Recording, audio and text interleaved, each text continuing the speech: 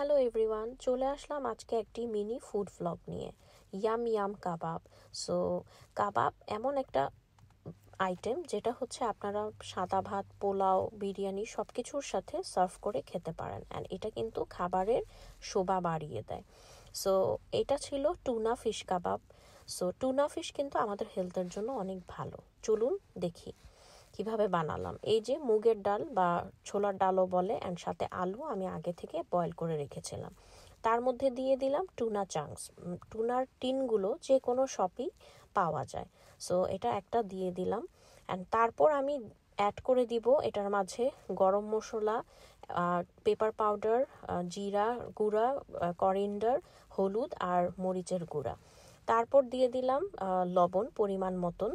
So আমি Himalayan সল্টটা use করেছি, আপনারা নর্মাল সল্টও ইউজ করতে পারেন। অ্যান্ড দিয়ে দিলাম চিলি ফ্লেক্স। যারা ঝাল কম খান তারা স্কিপ করতে পারেন, বাট আমার কাছে ভালো লাগে একটু শুকনো মরিচের ঘ্রাণ, সো আমি অ্যাড করে দিয়েছি। অ্যান্ড তারপরে এটার মাঝে দিয়ে দিলাম পরিমাণ মতন একটু তেল, যেটা অ্যাকচুয়ালি মিক্সচারটাকে একসাথে থাকার জন্য হেল্প করে।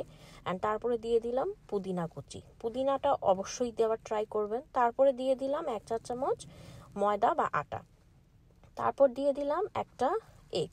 সো এগটা দেওয়ার রিজন হচ্ছে এটা মিক্সচারকে সফট করে, অ্যান্ড এটা যখন মিক্স করলাম এরকম দেখা যাবে। সো সব কিছুই আমি ভালো মতন মিক্স করে এটাকে আমি গোল গোল করে 1 ঘন্টা আমি ফ্রিজে রেখে দিয়েছিলাম। অ্যান্ড ফ্রিজে রাখার রিজন হচ্ছে এটা অ্যাকচুয়ালি মিক্সচারটা শক্ত হয়। অ্যান্ড আমি ডিম ফেটে নিয়েছি। ডিমের মধ্যে এগুলো একবার দিয়ে গরম ধোয়া ওঠা কড়াইয়ের মধ্যে একটু তেল দিয়ে এটাকে অ্যাকচুয়ালি এই যে দেখেন কাঁটা চামচ দিয়ে আমি নিয়েছি, বিকজ কাঁটা চামচ দিয়ে নিলে জিনিসটা ভাঙে না। সো এইভাবে এটার ডিমের মিশ্রণের সাথে মিলিয়ে এটাকে কড়াইয়ের মধ্যে দিয়ে দিলাম। সো আমি এখানে কাঁটা চামচটা ইউজ করেছি এটার জন্য যে এটা হেল্পফুল কাঁটা চামচটা ইউজ করা, আপনারা অন্য চামচও ইউজ করতে পারেন। তারপর এভাবেই সবগুলো একটা একটা করে ভেজে নিলাম।